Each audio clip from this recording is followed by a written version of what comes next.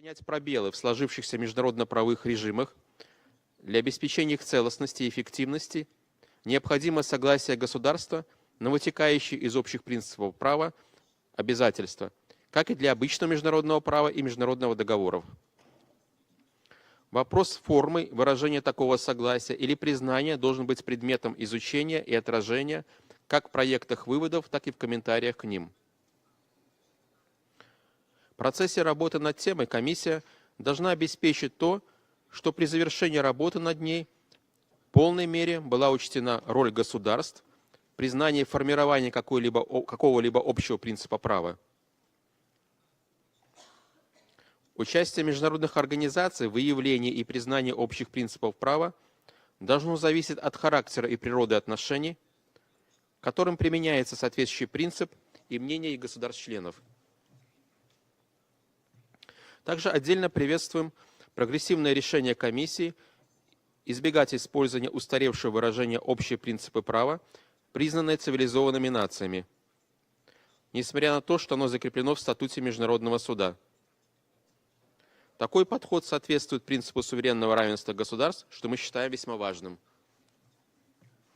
Считаем также необходимым продолжение комиссии исследования двух видов общих принципов права, имеющих международно-правовое значение. Общие принципы, вытекающие из национальных правовых систем, и общие принципы, сформированные в рамках международно-правовой системы. Продолжаем придерживаться мнения о том, что общие принципы права, сформированные в рамках международной правовой системы, должны для их признания обретать статус норм международного права в соответствии с основными способами их образования. Полагаем также необходимым дополнить проекты выводов о отношении международных принципов права и императивных норм международного права. В случае выявления какого-либо общего принципа права, вытекающего из национальных правовых систем, необходимо устанавливать отсутствие его противоречия императивным нормам международного права для его включения в международное право.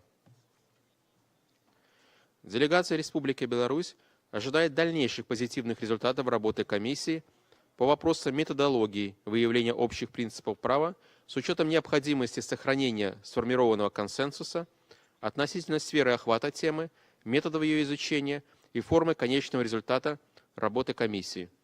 Благодарю за внимание. I thank the distinguished representative of Belarus for his statement, and I give the floor now to the distinguished representative of Nigeria.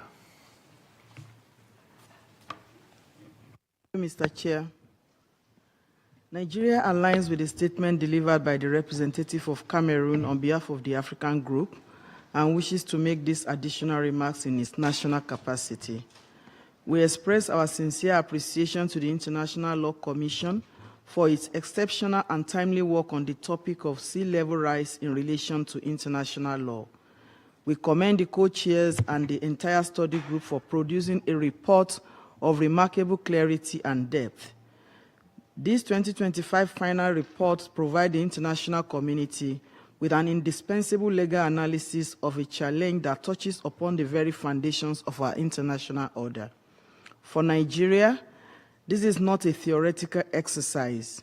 Our extensive low-lying coastline is home to millions of our citizens, and the rising sea is a clear and present danger.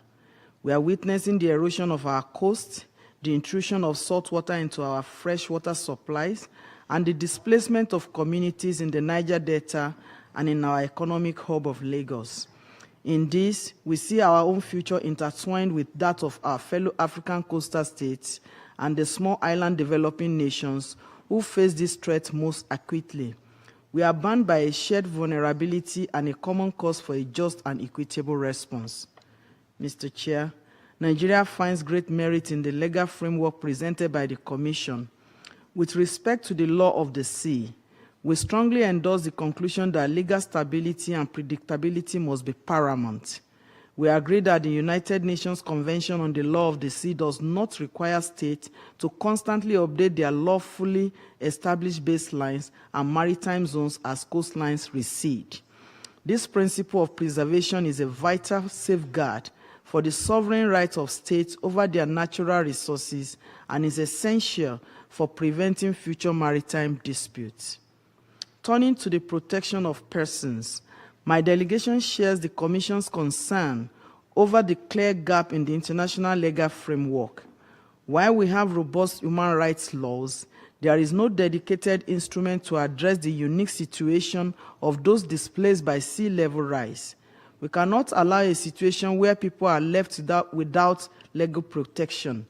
Nigeria therefore supports the court to develop a new cooperative framework or instrument to manage displacement with dignity, prevent statelessness, and protect the cultural heritage of affected communities.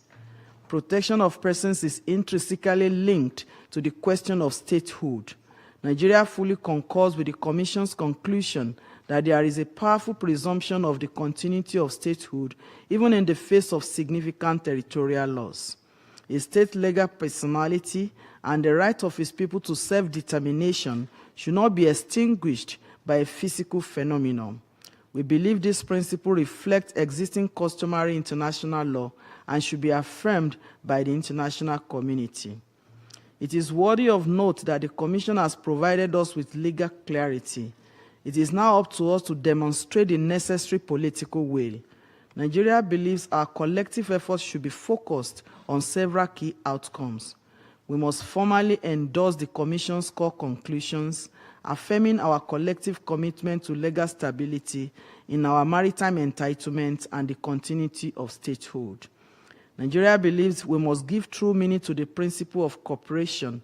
This requires the mobilization of predictable and adequate financial and technical support to help affected states build resilience and adapt to the unavoidable impact of sea level rise.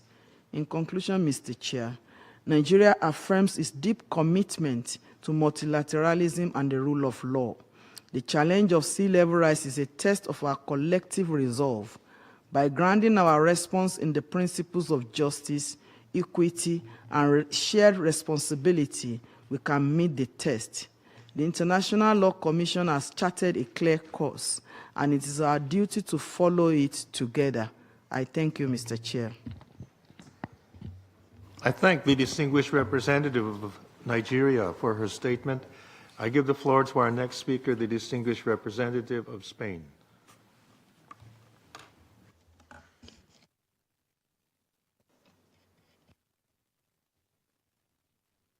Señor presidente, es un honor dirigirme a esta sexta comisión para abordar los trabajos de la Comisión de Derecho Internacional en su 76 periodo de sesiones en relación con los temas incluidos en este clúster 1.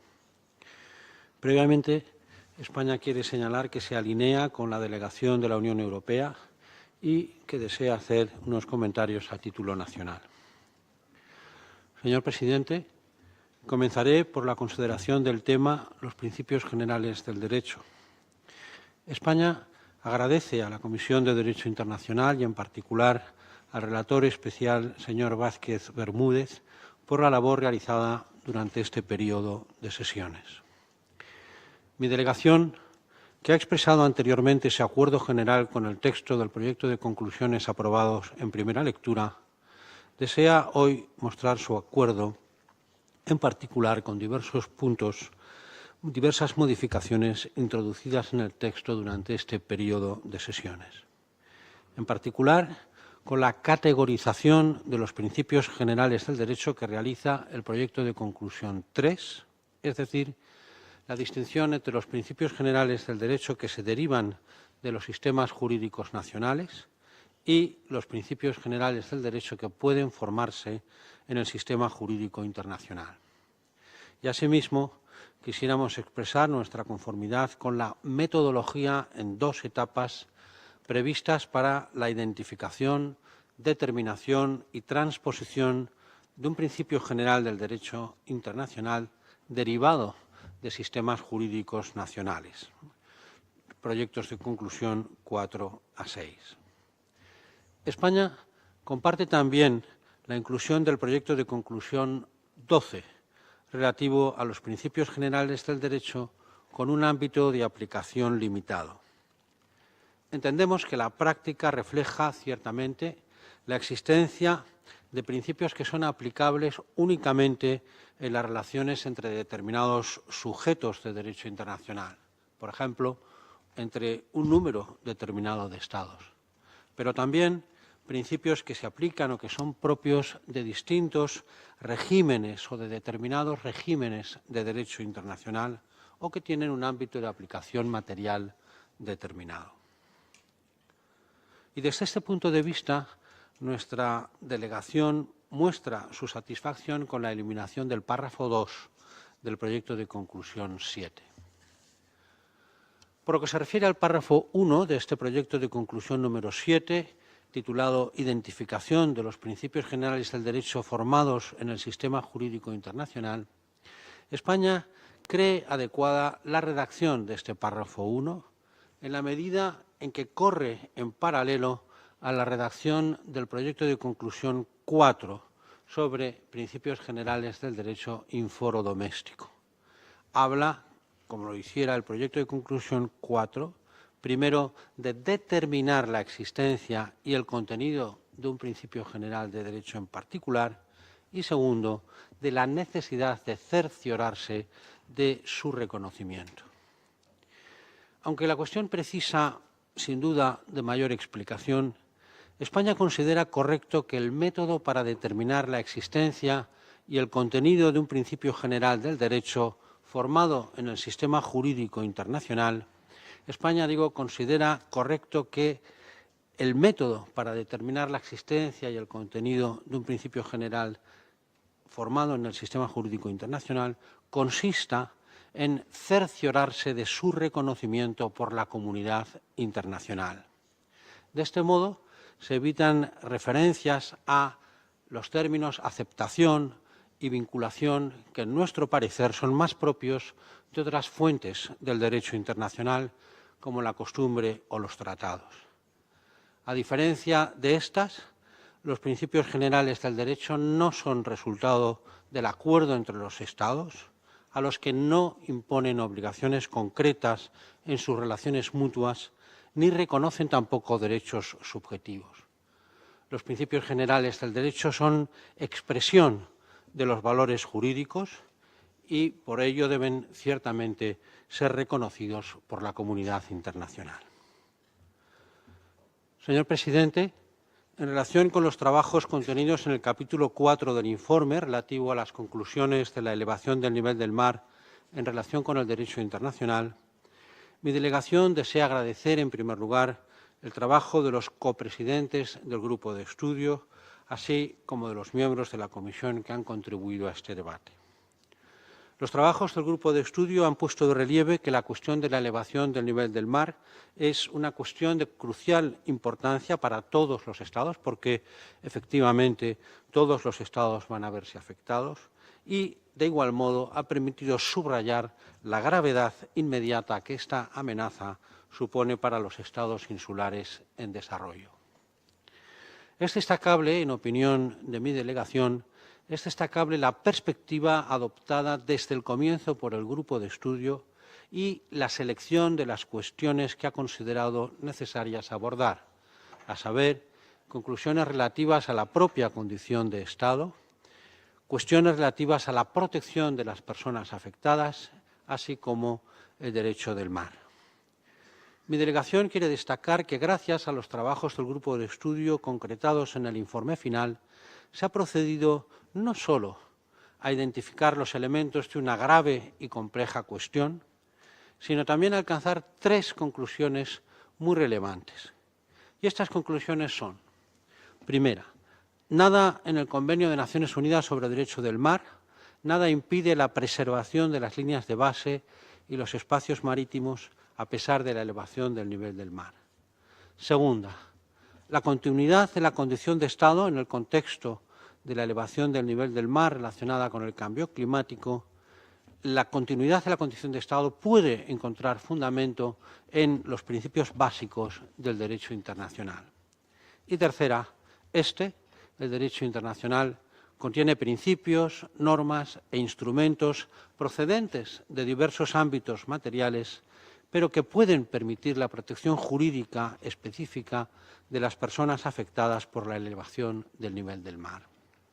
Yo creo, mi delegación entiende que son estas bases suficientes para permitir una correcta canalización de la acción futura por los Estados. En este sentido, es además destacable la convergencia de planteamientos y de soluciones entre los tribunales internacionales, por un lado, y la Comisión de Derecho Internacional, por otra. España, en fin, quiere continuar contribuyendo en la búsqueda de soluciones jurídicas y en la cooperación en relación a este tema, en concordancia con lo ya expresado por la Unión Europea y en atención también a la visión de la Corte Internacional de Justicia. Muchas gracias, señor presidente. I thank the distinguished representative of Spain for his statement, and I give the floor to the distinguished representative of Thailand. Well, thank you, Mr. Chair. At the outset, please allow me to express our sincere and deepest condolences to the government of Spain on the passing of Madame Concepción Escobar Hernández, and to the government of Argentina on the passing of Ambassador Julio Barbosa. Their distinguished work, guidance, and contribution to the international law will leave an enduring legacy. Thailand appreciates the work of the International Law Commission and the valuable guidance it provides to states through the codification and progressive development of international law. Before diving into the substance of the reports, let me begin by expressing deep concern that the UN liquidity crisis affects the Commission works. We hope that a sustainable solution could be found to allow a sufficient period of the session for full consideration of the important topics. For substantive part, let me turn to Chapter 4, Sea Level Rise in relation to international law. Thailand wishes to congratulate Madame Patricia Galvao Teles, Madame Nulifer Olau, and Mr. Juan Jose Luda Santo Lalia, the distinguished co-chair of this study group, on the successful finalization of the report on this important topic. Thailand welcomes the report and attaches great importance to sea level rise and its implications not only for low-lying coastal states and small island developed states, but also for the international community. Please allow me to share a few reflections on this matter. First, on the law of the sea, Thailand welcomes the report's affirmation that the United Nations Convention on the Law of the Sea contains no obligation to update baselines, coordinates, or the outer limits of maritime zone once duly established, and that there is no widespread state practice requiring such updates. This aligns with Thailand's consistent position that maritime boundaries, once determined by treaties or through decision of international courts and tribunals, shall be final. We wish to reiterate our support for this finding, which upholds the principles of legal certainty and stability, as well as the principle of permanent sovereignty over natural resources. Second, on statehood, given the importance of legal certainty and effect of the established maritime boundary, Thailand considers that statehood should not be deprived as a consequence of sea level rise. In this regard, Thailand notes with appreciation the recent advisory opinion of the International Court of Justice on climate change, in which Thailand participated, as it complements the Commission's work on this matter. Third, on the protection of persons affected by sea level rise, Thailand recognizes the close linkage between this topic and the upcoming negotiation to conclude a treaty on protection of persons in the event of disaster, for which the draft articles were adopted in 2014. Speaking as a member of the core group on this matter, Thailand concurs with the Commission final report on the sea level rise and international law, which suggests that a future legal instrument could be developed to provide a climate disaster nexus framework. Such a framework could play a vital role in upholding the rights and dignity of persons while ensuring their legal protection in the face of sea level rise. On this matter, Thailand wishes to reiterate the importance of the duty to cooperate, a principle of international law rooted in numerous treaties and instruments. We fully agree that international cooperation is indispensable in addressing the impacts of sea level rise, particularly with respect to the preservation of maritime zones, the issues related to statehood, and the protection of affected persons. Turning to Chapter 6, General Principles of Law, Thailand would like to express our appreciation to Mr. Marcelo Vázquez Bermudez, Special Rapporteur, for his dedication and valuable contributions. While we note that the draft conclusion could not be adopted at second reading due to the limited time allocated during this session, we recognize the progress made. We further observe that draft conclusion 2, 3, and 12 have been the subject of extensive debate and reflect divergent views among members of the Commission. In this connection, Thailand would like to share the following comments on these draft conclusions. On draft conclusion 2, Thailand is of the view that civilized nation state in Article 38, paragraph 1c of the ICJ statute is archaic and should be read differently today. At the same time, it is important to ensure that the use of different language shall not alter the meaning or scope of this provision.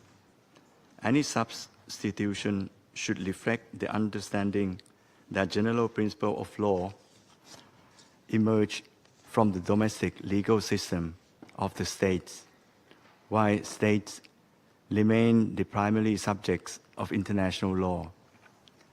Thailand also recognizes the roles of international organizations in the formations of general principles of law, insofar as their acts serve as evidence of such recognition by states.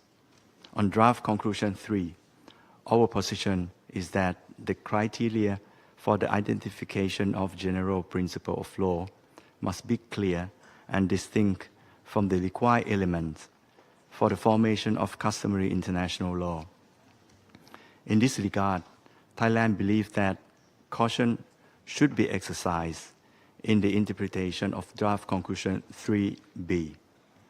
The suggestion that general principle of law may be formed within the international legal system may be overlapped with the formation of customary international law. On draft conclusion 12, concerning general principle applicable only among a limited number of states, Thailand would welcome further clarification regarding both the applicable threshold and the methodology for their identification.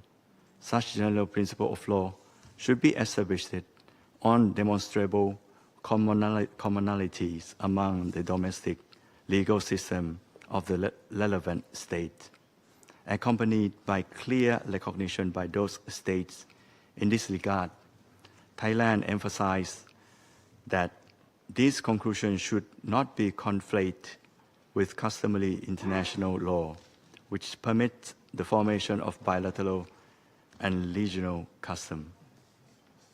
Thailand underlines the importance of ensuring consistency in the Commission's works under the theme of sources of international law. The careful examination of the interplay and synergies between the ongoing topic of general principle of law and subsidiary means for the determination of rules of international law, as well as the Commission's previous work on identification of customary international law, is essential to draw clear distinction among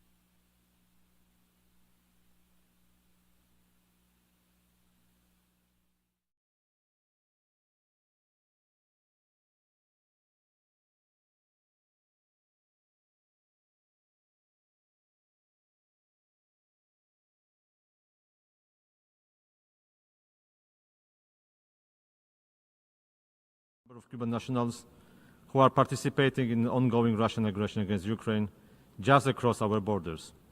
This foreign involvement constitutes a clear violation of the core provisions of the UN Charter itself.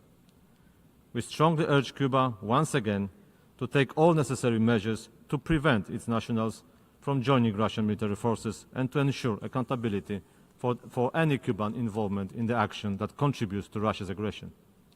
Additionally, we also call on Russia not to exploit the economic difficulties of the people around the world by engaging them in an illegal war of aggression.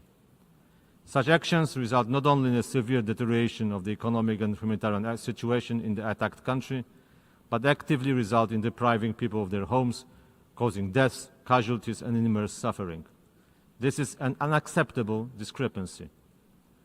As a result, our vote to abstain today should be understood as a rejection of the selective application of the UN Charter. True justice and lasting peace demand that states constantly uphold the laws they demand others to follow. And I thank you. I thank the Speaker of Poland. I now give the floor to Namibia. Thank you, Madam President. I express solidarity with the nationals of the Caribbean who are going through Hurricane Melissa. Madam President, Namibia takes the floor in explanation of the vote before the vote on the draft resolution before us. The year 2025 marks 66 years since the friendly government and people of the Republic of Cuba have been under the inhuman and unilateral economic, financial, and commercial blockade by the United States. This blockade is contrary to international law and the Charter of the United Nations, which was created to, amongst others, develop friendly relations amongst nations based on the respect for the principle of equal rights and self-determination of peoples, and to take other appropriate measures to strengthen universal peace. Peace is exactly what the government and the brave people of Cuba brought to Namibia when they fought side by side with the people of Namibia for our independence.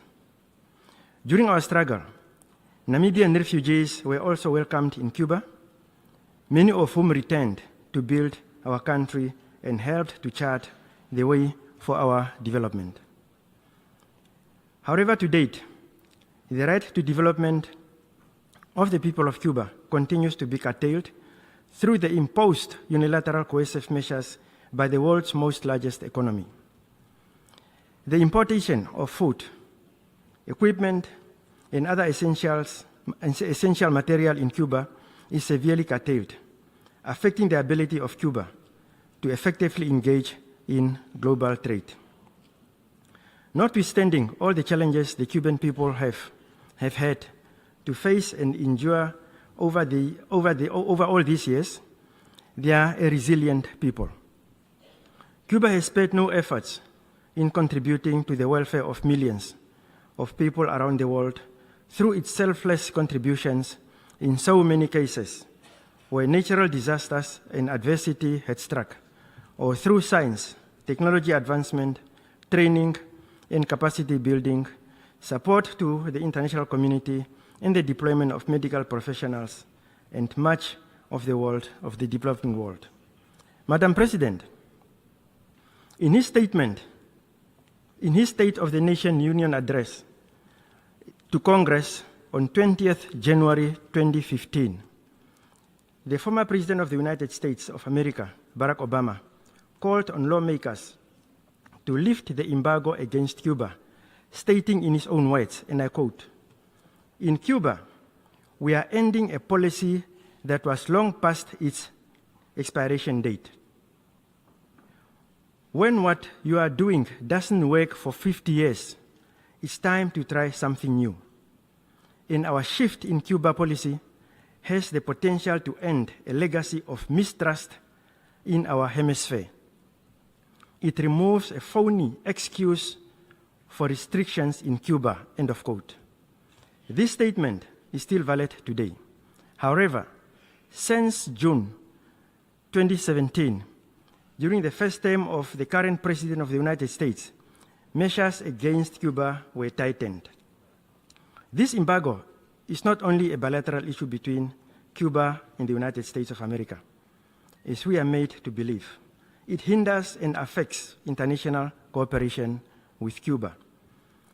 In this 80th year of existence of the United Nations, we call on all good officers of the Secretary General and the United Nations to facilitate dialogue between these two countries with the hope of reversing these restrictions while working towards the normalization of relations between the two countries.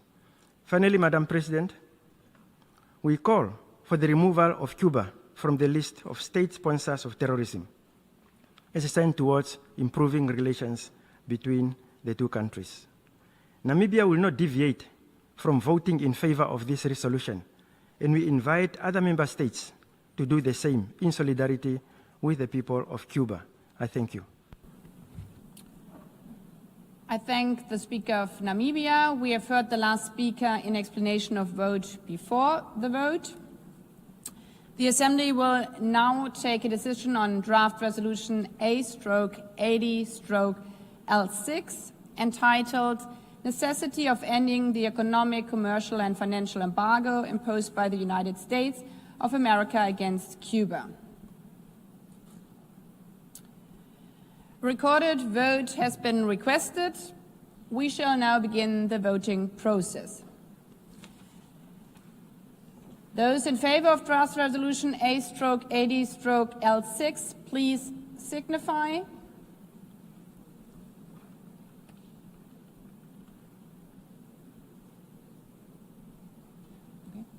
Those against?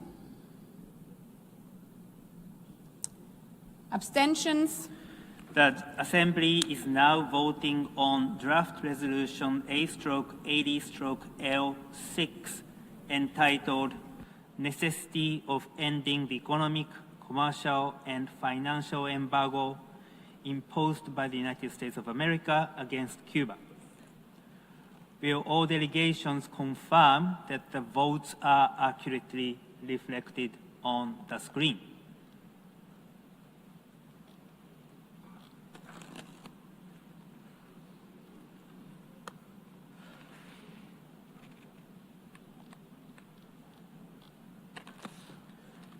The voting has been completed. Please lock the machine.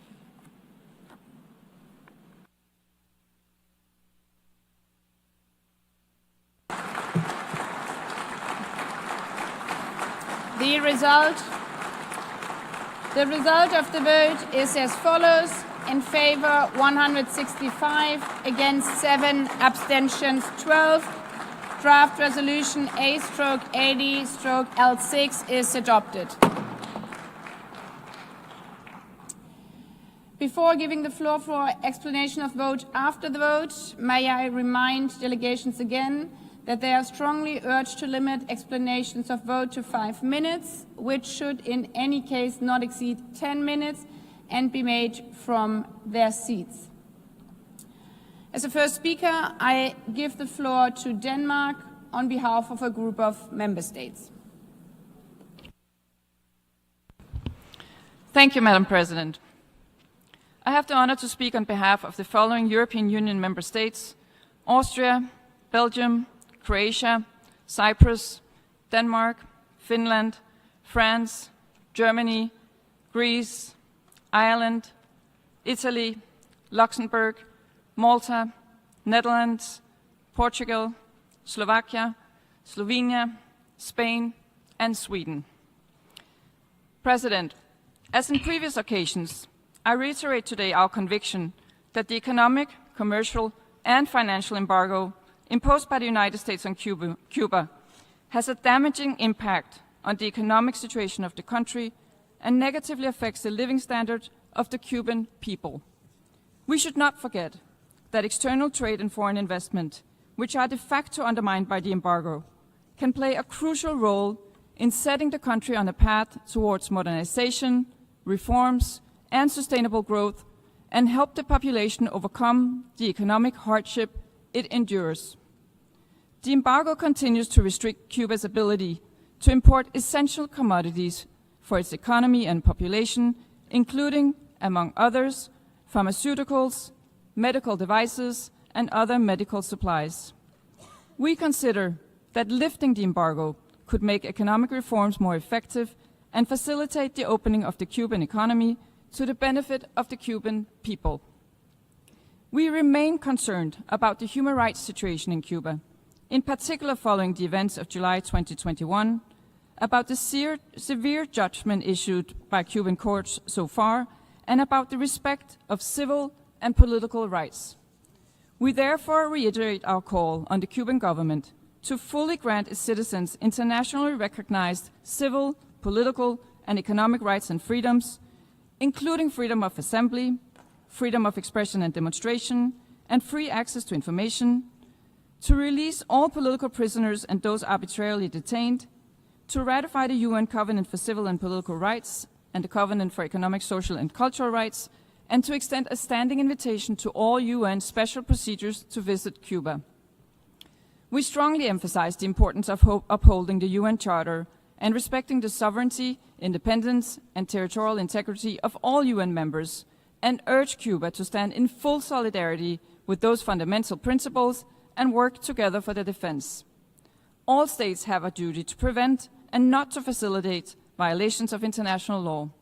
In light of reports regarding the alleged participation of Cuban nationals in Russia's war of aggression against Ukraine, we strongly urge Cuba to take all necessary and effective measures to prevent its nationals from joining Russian military forces involved in this war.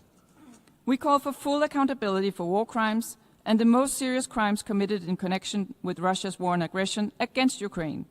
We deplore the exploitation of the economic difficulties of people in developing countries to lure them into participating in a war of aggression in violation of the UN Charter. We further believe that empowering civil society is essential for the promotion and protection of all human rights, and call upon the Cuban government to open spaces for constructive and inclusive dialogue without preconditions with the whole spectrum of civil society actors on the island. We consider that positive change in Cuba is best brought about by closer engagement at all levels: government, economy, civil society, but also through people-to-people exchanges. We therefore welcome any measures towards this end, including those aimed at easing restrictions on family remittances and travel to the islands, and at ensuring the availability of full consular services. The designation of Cuba as a state sponsor of terrorism and its maintenance on the US list until today has led to additional obstacles to international financial transactions with the island. We therefore call for its removal. Beyond the damaging impact of the embargo and the SST listing on ordinary Cubans, US sanctions and other administrative and judicial measures are also negatively affecting EU economic interests. We have firmly and continuously opposed any such measures due to their extraterritorial application and impact on the European Union in violation of commonly accepted rules of international trade. We cannot accept that such measures impede our economic and commercial relations with Cuba. We strongly reject the US activation of Title III and IV of the Helms-Burton Act in April 2019. This breaches the commitments made by the US in the US-EU agreements of 1997 and 1998.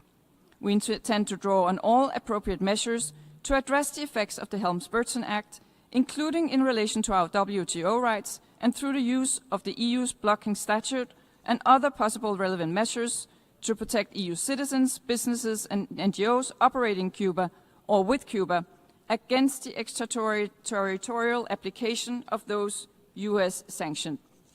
Madam President, international cooperation, frank and sustained dialogue, and closer, even critical, engagement are the way to go with Cuba. The provisional application of the EU-Cuba Political Dialogue and Cooperation Agreement is now in its 8th year. We are enhancing dialogue and cooperation also on issues on which we have fundamental differences. To this end, the PDCA includes, amongst others, a human rights dialogue, which is a key pillar of our relationship. In order to overcome the current economic and social crisis, we call on Cuba to ensure that its reform agenda includes the necessary economic, judicial, and social reforms and is implemented in a manner that addresses the key concerns of the Cuban population and meets the legitimate democratic aspirations of the Cuban people for more opportunities to participate in the shaping of the country's future. With the EU-Cuba Political Dialogue and Cooperation Agreement, the EU offers Cuba a consistent and reliable instrument to support a progressive reform of its political and economic model, to pursue sustainable development, and to find common solutions to global challenges, while continuing to advocate for democracy and respect for human rights in the interest of all Cuban citizens. It is our view that the US embargo and connected measures do not contribute to promoting these aims. Against this background, we voted in favor of the draft resolution. I thank you. I thank the Speaker of Denmark. I now give the floor to the Speaker of Sri Lanka, followed by Australia and the United States. Thank you, Madam President. Sri Lanka aligns itself with the statements delivered by Uganda on behalf of the non-aligned movement and Iraq on behalf of the Group of 77 and China, and wishes to make the following remarks in its national capacity. Sri Lanka remains deeply concerned by the continued imposition of unilateral coercive measures against Cuba for over 6 decades, which run counter to the principles enshrined in the Charter of the United Nations and the norms of international law. It is evident that the unilateral actions imposed on Cuba had negative consequences for the well-being of the civilians and for the economic and social development of the country. In this context, Sri Lanka voted in favor of the resolution A/80/L.C titled Necessity of Ending the Economic, Commercial and Financial Embargo Imposed by the United States of America against Cuba, along with 164 other countries. Madam President, Sri Lanka is concerned by the barriers created by this embargo, particularly in the area of procurement of medical supplies, vaccines, and essential equipment, especially during health emergencies. The humanitarian consequences of such restrictions are unacceptable. Access to healthcare must not be politicized or constrained by extraterritorial economic measures. We also noted the impacts of the embargo on the food and agriculture sector in Cuba. The economic sanctions on Cuba prevent its acquisition of fertilizers, machinery, fuel, and advanced technology, resulting in a significant decrease in food production. Such obstructions to progress in the agriculture sector in Cuba have a direct impact on its effort to reach food security in the country. Unfortunately, the most vulnerable segment in these situations is women and children. At a time when the world is collectively taking action to end global hunger, we should not use sanctions to promote hunger in another country. Madam President, we believe the time has come to lift this embargo. There is no doubt that this embargo hinders Cuba's pathway to sustainable development, violates fundamental human rights of Cuban citizens. The blockade had incurred billions of losses to the Cuban economy. Regardless of the intention of the embargo, the reality is clear. It is ordinary citizens who suffer the most. Therefore, Cubans should get equal opportunities as people in other nations. Their right to health, right to food, and the right to education have to be respected. Free flow of trade should be allowed. Humanity over hatred should prevail. Sri Lanka has continuously supported the adoption of this resolution over the years. We reiterated that obligations set forth in the UN Charter should be addressed with urgency. I thank you. I thank the Speaker of Sri Lanka. I now give the floor to the Speaker of Australia, followed by the United States and Nicaragua. Thank you, President. I speak on behalf of Australia and New Zealand. We voted in support of this annual resolution concerning the embargo against Cuba because the embargo restricts open trade and investment. This vote does not reflect an endorsement of the policies of Cuba, including widespread reports of failures to comply with international human rights standards, expropriation of property, misinformation and disinformation, and Cuban nationals fighting as part of Russia's illegal and immoral invasion of Ukraine.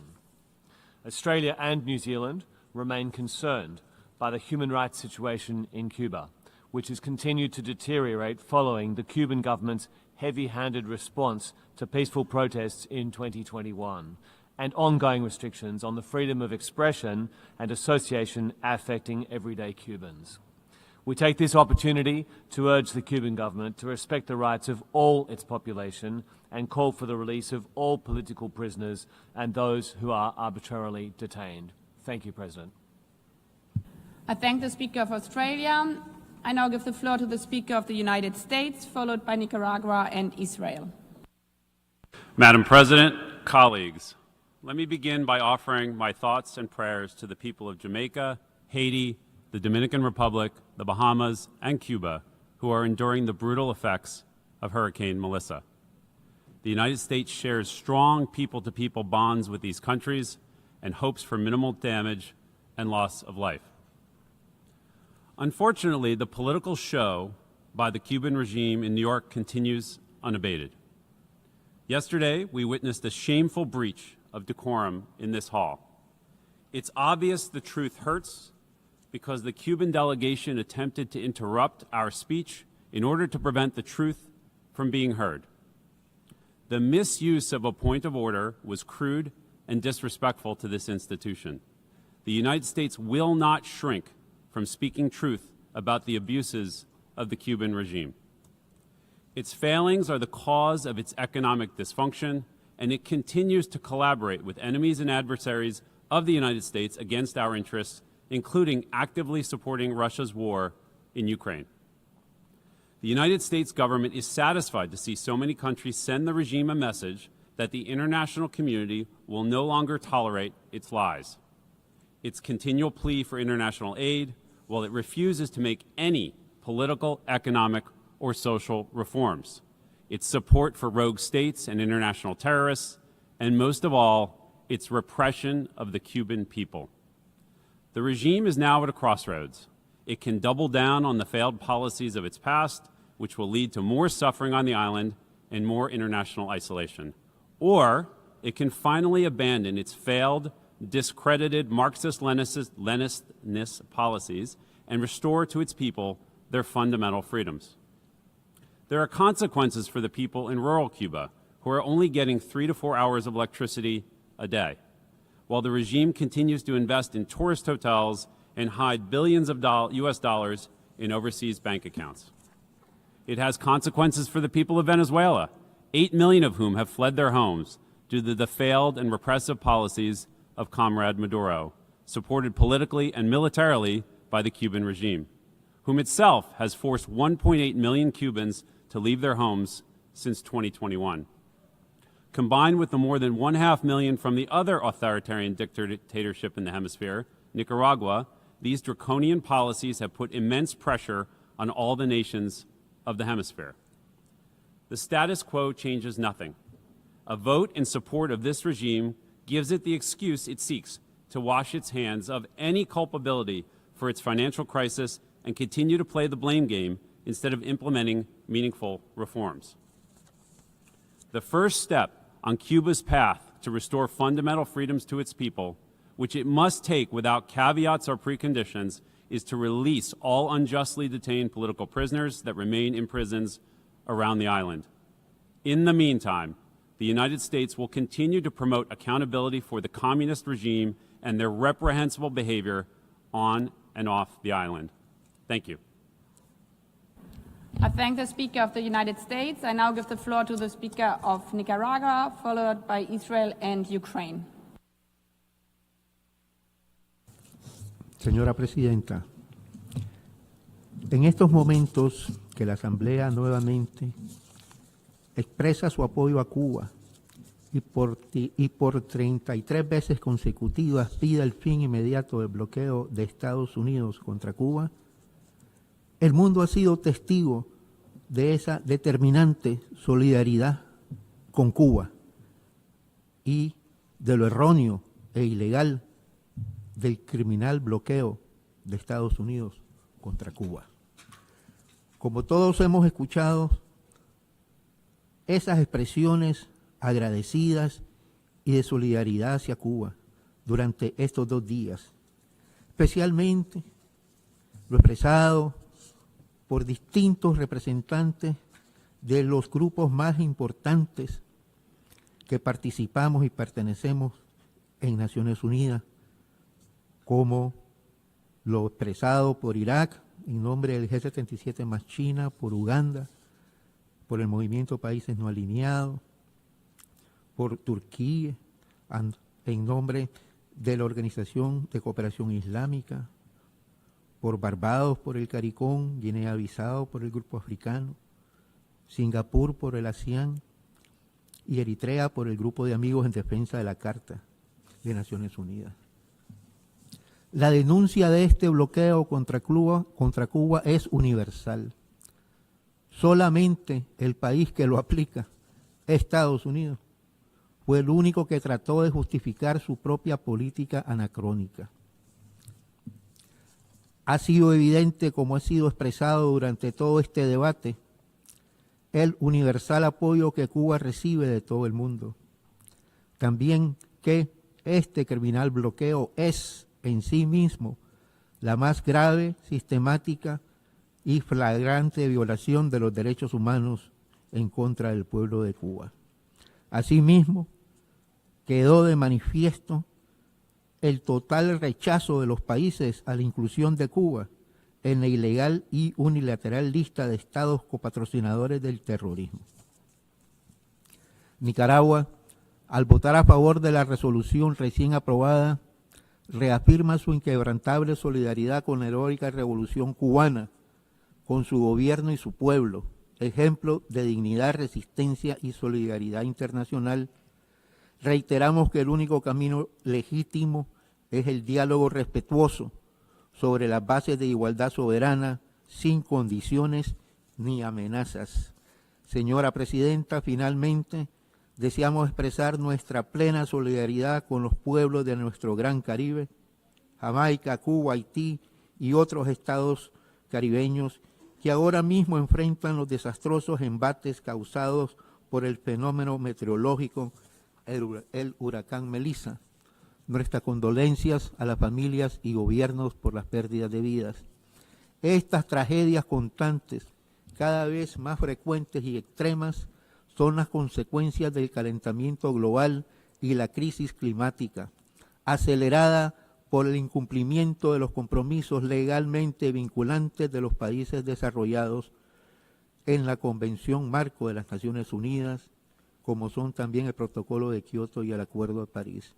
El incumplimiento de estos países desarrollados hace que estos fenómenos sean cada vez más desastrosos en nuestro Gran Caribe. Muchas gracias. I thank the Speaker of Nicaragua and now give the floor to the Speaker of Israel, followed by Ukraine and Peru.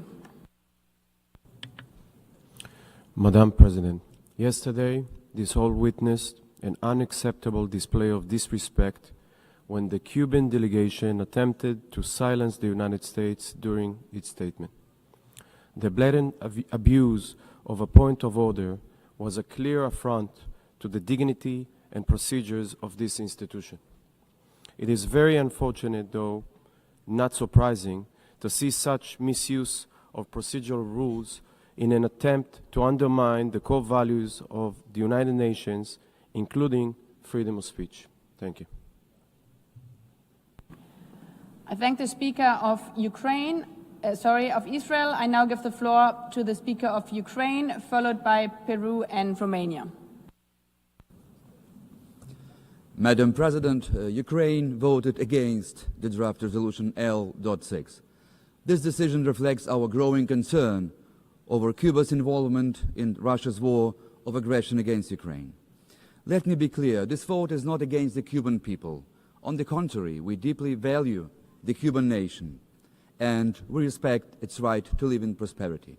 For many decades, Ukrainians and Cubans have been connected by genuine human bonds. Our vote is against the inaction of Cuba's government in the face of recruitment of its citizens into Russia's military, which brings death and devastation to Ukraine. There is no secret that since 2022, to sustain its aggression, Russia has been actively recruiting foreign citizens to fight in its ongoing war against Ukraine. Among them, nationals of the Republic of Cuba constitute the largest group of mercenaries serving in the Russian army. I repeat, the largest group. Our defense forces have taken numerous Cuban nationals as prisoners of war fighting alongside Russian troops. At least several thousand Cuban citizens have signed contracts joining the ranks of soldiers directly engaged in combat operations on Ukrainian soil. This massive recruitment is not a matter of isolated Cuban individuals acting on their own. No, it's a systematic practice involving illicit networks that operate openly with the knowledge and, we must conclude, with tacit condemnation of the authorities in Havana. Madam President, Cuban citizens are drawn into Russia's war through deception, financial incentives, or ideological motives rooted in Moscow's narrative of the so-called historic brotherhood. Russia tries to justify these activities by portraying its military invasion as an alleged anti-colonial struggle. In fact, the recruitment of mercenaries to wage an aggressive war is yet another manifestation of Russia's neo-colonial and imperial policy, exploiting both foreign citizens and its own indigenous minority peoples as cannon fodder. There is no justification for such legal actions.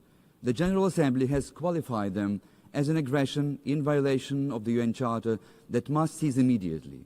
Yet the principles of the Charter do not appear to guide Cuba, whose president wished Putin success in special military operation against Ukraine. Let me ask bluntly, what kind of success does Havana wish to Moscow? Success in annihilating Ukrainians, success in destroying energy infrastructure on the eve of winter, or success in causing an environmental disaster?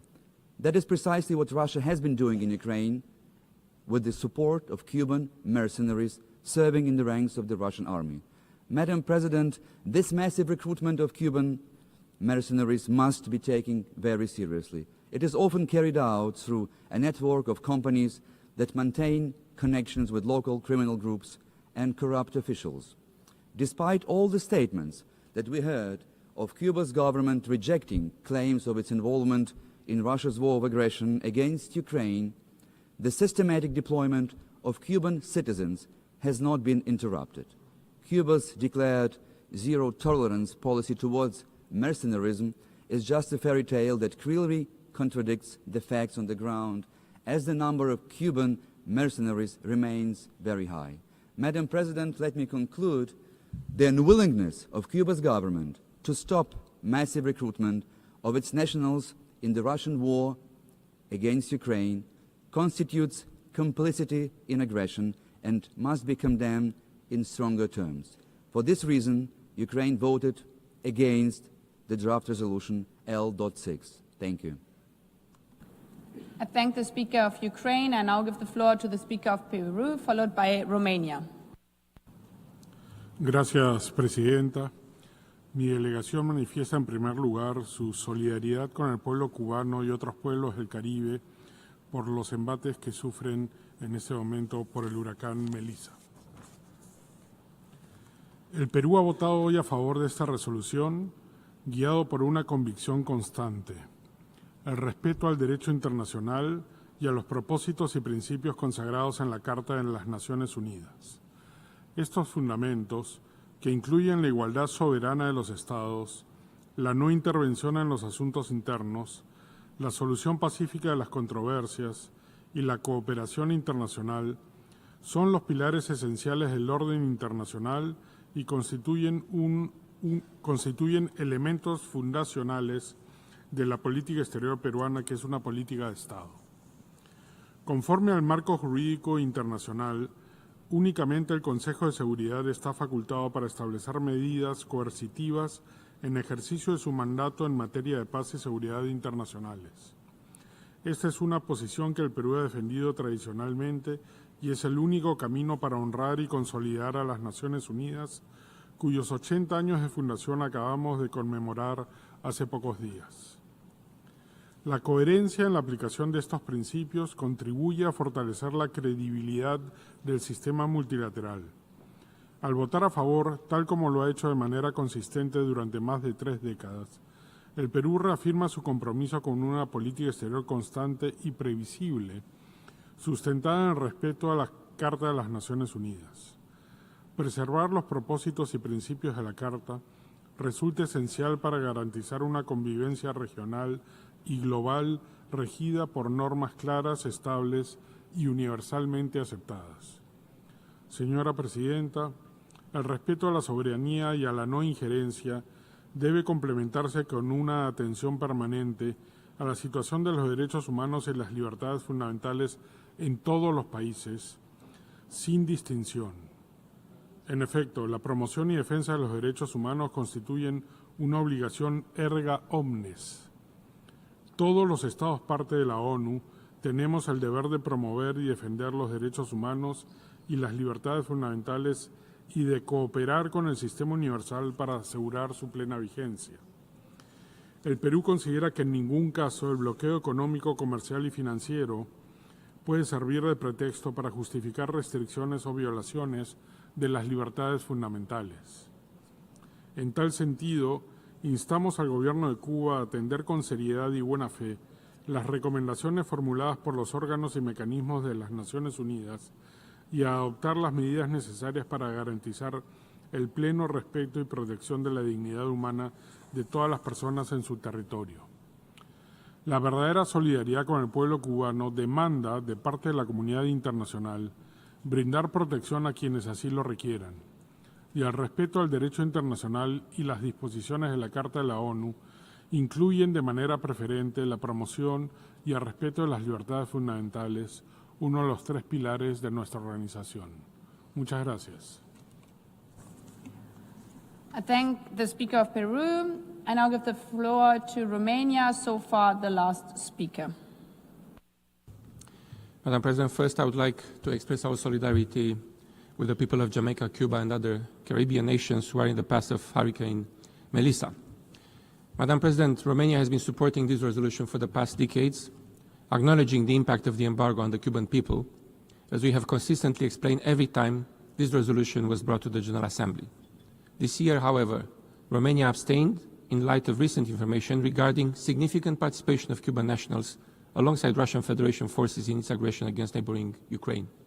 As we have clearly stated during relevant debates in the Security Council and the General Assembly, such foreign involvement in an illegal war of aggression is a blatant violation of the UN Charter and international law. We therefore call on the Cuban government to take necessary measures to discontinue the participation of its nationals in this unjustified war, widely condemned in this very hall, including through several resolutions. Thank you, Madam President. I thank the Speaker of Romania. We've heard the last speaker in explanation of vote. After the vote, the exercise of the right of reply has been requested. May I remind members that statements in the exercise of the right of reply are limited to 10 minutes for the first intervention and to 5 minutes for the second intervention, and should be made by delegations from their seats. I call on the representative of Cuba. Muchas gracias, señora presidenta. Señora presidenta, el gobierno de Estados Unidos no conoce otra forma para justificar su política hostil contra Cuba que recurrir a constantes mentiras. Todos sabemos que el gobierno de Estados Unidos es un mentiroso patológico, pero no engañan a nadie. Está claro que no les preocupa en lo más mínimo la suerte de nuestro pueblo ni sus derechos humanos, que el bloqueo socava como nada más lo hace.